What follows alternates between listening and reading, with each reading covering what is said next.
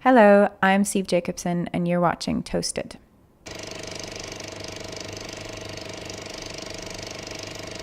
Welcome to Amsterdam. Thank you so much. Thanks for having me. We were just talking about this hotel, actually. I mean, I'll make some shots later on, but this is actually it's a funny place to be. But we are here sitting in what they call the garden, and apparently somebody just lit a joint. Yeah, we can smell it, you know. Thankfully, video doesn't have smell. Hey, this is your first headline tour, right? I mean, this is probably 5-6 gigs. I saw some amazing places. Mm-hmm. Yeah. Just been to Tallinn? Yes, just been to Tallinn, and then we were in Brussels just a few days ago. And then we go to the UK tomorrow, actually.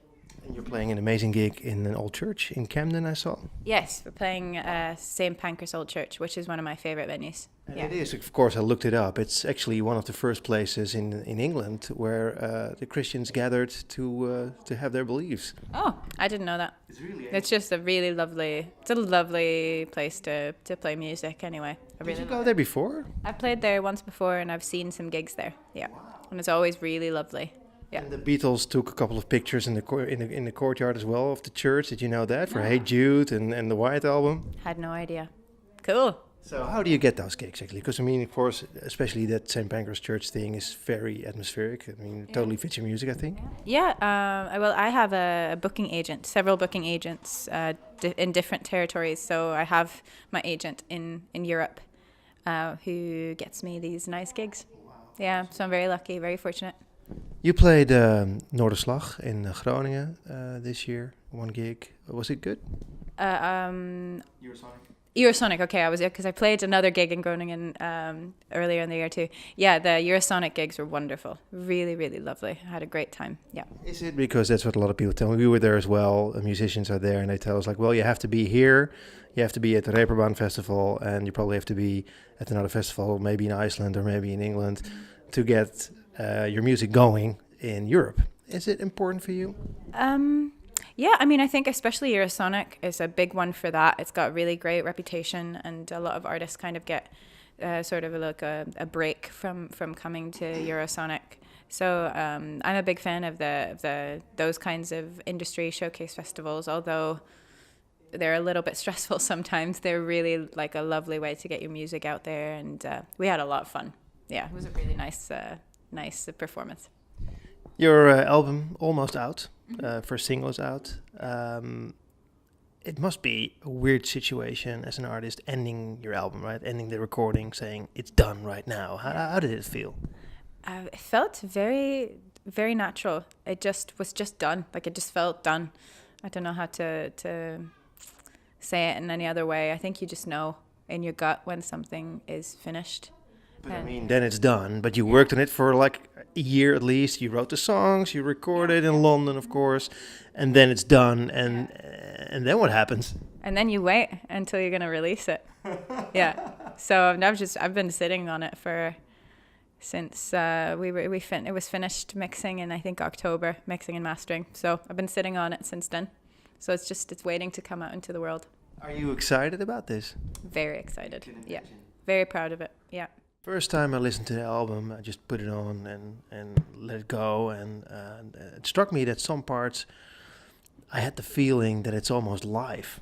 It's almost live? Yeah, it's like you playing live. It's like one live. Take. Sorry, I thought you meant like it's like life. that of course as well, but that's another subject. Yeah, exactly, yeah. Yeah, it is actually pretty much live. It was all the vocals and the guitars are recorded live, me in the room at the same time. And, you know, it's sometimes we would go, if there was like a little place that we needed to fix, we'd go in and fix, you know, one word or something like that. But it's just these simple takes. Like I used to, it starts with your voice only. It has a guest appearance by Andrew Davey. And it's a song about cheating. A beautiful but heavy track. Yeah, I guess you could say that, yeah. Yeah. No, I can imagine if you write a track like that. I mean, not just the lyrics, but also the music. That it's pretty intense to do this, and also pretty intense to share it with your audience. Yeah, I guess I just have never. I don't know if I think of it that way. Like when I share these songs, I just feels like I'm sharing just this one little time capsule, this moment in time. but you know, it's made into a piece of art, and some of them are personal, some of them are not, and some, you know, it's kind of like I'm just sharing. It's like sharing a piece of poetry, and I feel very honored to get to do that. But it's, for some reason, it's not the same as going up and telling someone the story about your life. You know, it feels a little bit more magical than that, and somehow more safe. Another song I think was special, "Cello Digger." Like I said, it could be a rock anthem. It could be Led Zeppelin. I mean, it starts off like that. It's very orchestrated. Outstanding song on the album, I think. I'm sorry? It's an outstanding song. Yeah, thank you. Yeah, I really like that one. It feels like a new direction almost, but at the same time, it just feels like a part of my artistic, like, what's the word? Output. It came out very naturally, and I don't want to limit myself to one genre or one idea of what my music has to be, just because there are these ideas that like, you know, if you're a singer-songwriter, you play like this and you sing like this and you look like this, and I think that's all kind of dumb, really. I think that your music is what it is, and you let yourself evolve naturally and see what happens, because otherwise you're gonna grow stale. You started making music when you were really young. One of the things that I loved, and it also appears in your videos, is the pictures of you as a kid. There's one with you with a lute in traditional clothing. There's one of your knees with the plasters on it. Yeah. It's all you, right? Yeah, it's all me, of course. It would be really awkward if there's just some random kid. No, it's me. That's all me. It's my parents. So what happened to your knees? I was a very active child. Yeah, kind of a tomboy running around and scraping my knees and breaking my bones. It's very sweet, I think. Hey, so did you actually play that lute when you were, because you were like 4 on that picture? It must have been. Well, no, I don't think that I was playing, because I didn't learn how to play guitar until I was 20 something.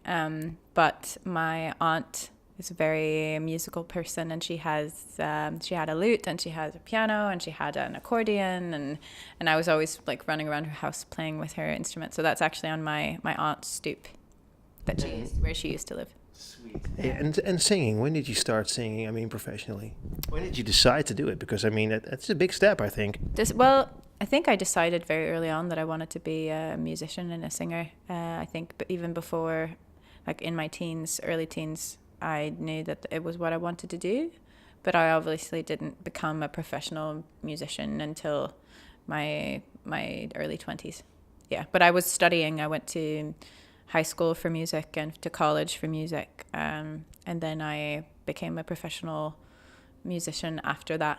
Yeah. Did you just told me you love playing live? Did you always love that? I mean, or was it scary for you when you started off? Because you are the center of attention, especially if you're all by yourself. Yeah, I always loved it, but yes, I thought it was the most terrifying thing when I was I think I remember one of my first solo performances was when I was probably 14 or 15 in my first year of high school, and I remember just being terrified for weeks beforehand, and just like not being able to think clearly, you know, it's very scared.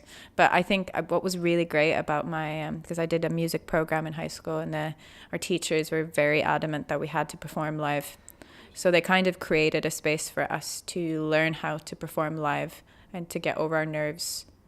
And it's much better to get over that stuff when you're 15 and you go to high school and you're just performing in front of other high school kids, and it's although high school kids can be cruel, it's a pretty safe place rather than doing it on national television or something like that. So it was a very safe place to kind of learn what not to do and sing out of tune and play wrong and be scared. And then once I was done there, and you know, after a couple of years in college as well, I felt very like comfortable because I had confident because I'd been able to do it for so much in a very safe space. So I'm very grateful for that, because I think of a lot of artists, they start out their career terrified of playing live because they've played at home in their house so much, but they've not really played out to people, and then you have to sort out all these nerves in front of lots of actual critics, and you know, people who might not be your mom, and that's scarier, I think. And so I feel very fortunate that I was able to just do it in front of an audience that, of course, mattered, but was a little bit safer. You know, they're not going to be any critics sitting there writing a bad review about your show when you're 16. It's probably, well, what I say, a personal album, I don't know, but it's an intense album. It's about relationships. Why did you choose that topic? I don't think that you really, as a singer-songwriter, always get to choose the topics. They just kind of come out. Or at least for me. I can't speak for anyone else, but for me, I write about what comes out. And sometimes it's my own stories, and sometimes it's other people's stories. Sometimes I don't even know where it's coming from. It's a very intuitive process, so yeah, it's not, for me, it's not a choice. It's my way of kind of sorting out what's going on in my own head, and my reflection of the world that I see, which sounds all hokey pokey, but it's just how I feel about it. Do you use all your knowledge to further your career? And do you feel you can use it in the future, or is it completely different now you're on the road? You mean the knowledge that I got in college, or every knowledge? I think that everything you learn in life you keep using, and you keep learning and making mistakes, and then you hopefully. A lot of people don't study about music, and you did. Yeah. Of course, yeah. I think I definitely am really glad that I went, and I think I learned. Definitely. I think that there, just as in high school, but I guess at a way higher level, I got to perform for other people, and I learned how to write music. I hadn't really done any songwriting until I went there. So again, it was this safe space where I would write a song a week and bring it into a class, and we would pick the songs apart and learn about structure and metaphors and all these little small details of composing songs that I found really helpful. And I got to write lots of bad songs there so that I could be a better songwriter now. Hey, you have lots of plays on Spotify, or millions actually. Yeah. Stopped counting at 5 million. That must be amazing, right? To go out to so many people. Yeah, it's really lovely, and it's really it's nice to know that, my songs are being played all over the world. I feel very grateful to Spotify for that. They've been really supportive of me, and it's what allows me to be out here playing gigs and get to keep doing what I'm doing. You're here right now. Will you be back? Will you tour the US as well? Will you do festivals? What are your plans for the near future? Well, actually coming back to Amsterdam in September for a festival called 7 Layers. Sweet. So that will be really nice. I'm really, really excited for that. I think that's at the Paradiso. And then I think... Yeah, wow, yeah. That's awesome. So that would be really lovely. Did you get in touch? I mean, is this again a business decision, or was this Dotan himself who liked your music and hooked you up? I think that it was... I was booked for the festival via my agent, and then I did Dotan's stage at Eurosonic earlier this year. Sweet. Yeah.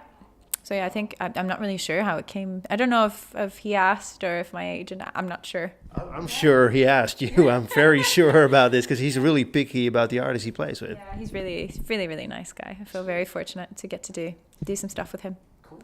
So you'll be back in Amsterdam, but will you tour the US as well? Because I mean, it's part of your roots now, I think, right? You lived there for so many years. Absolutely, that's in the plan. Yeah, we'll be touring as much as possible in as many places as possible once the album comes out. So yeah, definitely. Hey, when's the definite release? I can't tell you yet. Oh, come on. Nah. September right now? October No, I can't tell you. Oh, jeez. Can't tell you. But I'll just share the link on SoundCloud that I got. I'll kill you. Okay. Actually, that's one thing. I couldn't find the title because I have the upfront. The title wasn't there. The title's not It's public known yet. No, but it will come. Just I'm not sure yet. How can you not have the title? I have the title, but it's just not public yet. Why not? Ask my press team. Okay. I don't know. I keep my hands off that part. Okay. Yeah. Hey, thanks so much for your time. Yeah, thank you. Thank you so much. It's really lovely.